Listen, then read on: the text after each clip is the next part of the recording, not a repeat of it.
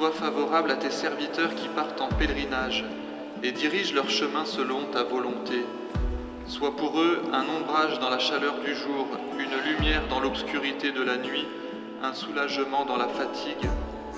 Après un temps de vêpres et bénédiction, les pèlerins s'apprêtent à continuer le chemin de la Grande Marche de Saint-Joseph.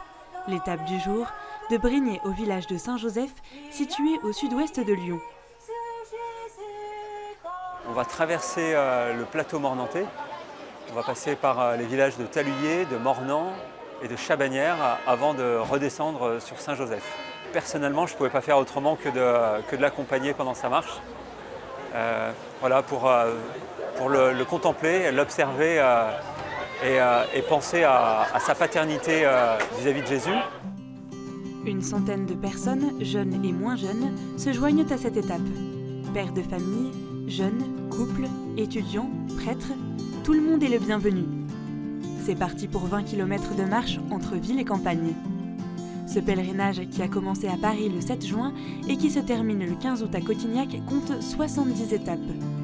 Les gens peuvent venir et repartir quand ils veulent. La marche de Saint-Joseph, elle a été créée à l'inspiration de 3 pèlerins le jour de la Saint-Joseph en mars et en réponse à l'appel du pape pour cette année consacrée à Saint-Joseph.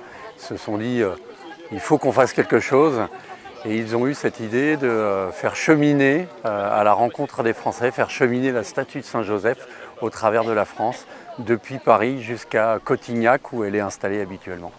Les pèlerins se relaient pour pousser l'immense statue en résine de 2,50 mètres. Prières, chants, partage, enseignements.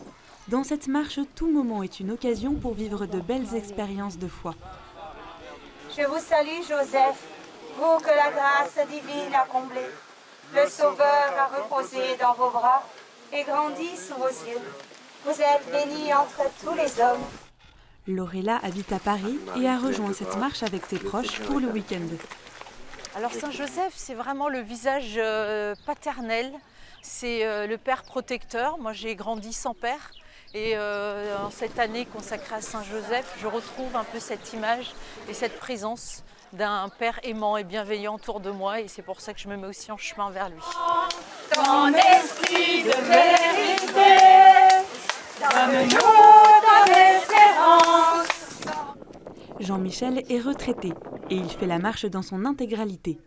Pour lui, cette marche, c'est une occasion de découvrir la figure de Saint-Joseph. Je n'ai pas de courbature, je n'ai pas d'ampoule, rien. Les jambes fonctionnent parfaitement.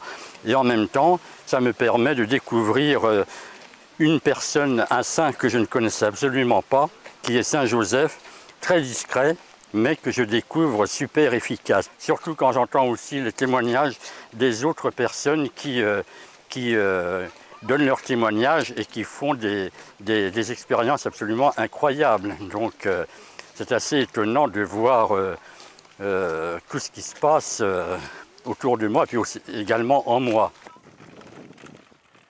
Tous les jours, il y a des témoignages nombreux de grâces qui ont été obtenues par Saint-Joseph. Ce qui m'a peut-être le plus marqué ou ce que je trouve assez touchant dans les communautés qui nous accueillent, dans les paroisses, voilà, la gentillesse, la simplicité avec lesquelles les fidèles de ces lieux qu'on traverse, de ces paroisses souvent de campagne qu'on traverse, nous accueillent, eh bien ça leur permet de vivre ces lieux qu'ils habitent quotidiennement, voilà, de les réinvestir pour suivre Saint-Joseph, pour suivre l'enfant Jésus qu'il porte sur ses épaules. Après 10 km de marche, la pause déjeuner est bien méritée. Pour les familles, la figure de Saint-Joseph a une place très importante.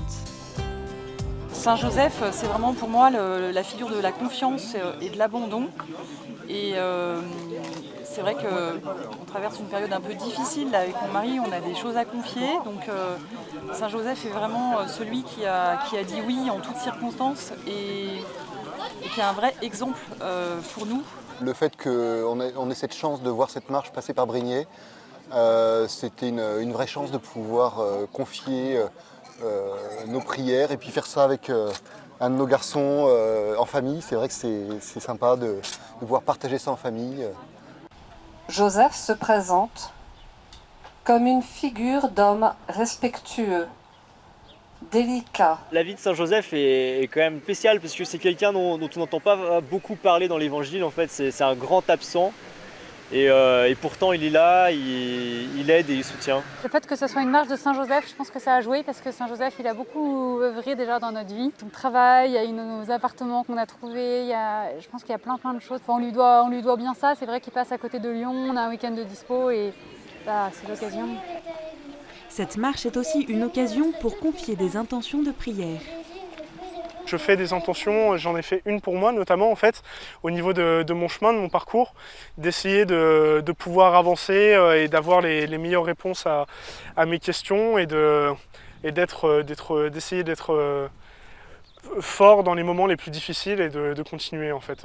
Les intentions qui reviennent régulièrement, c'est pour la France, le relèvement de la France, pour la conversion des âmes, des cœurs, pour la conversion des cœurs, pour le retour de la foi, pour que la France retrouve sa foi d'antan, pour de saintes vocations sacerdotales et religieuses, pour tous nos prêtres, pour également les malades, pour la guérison de l'âme, du cœur et du corps. Après le village de Saint-Joseph, il reste encore 24 étapes avant d'atteindre Cotignac.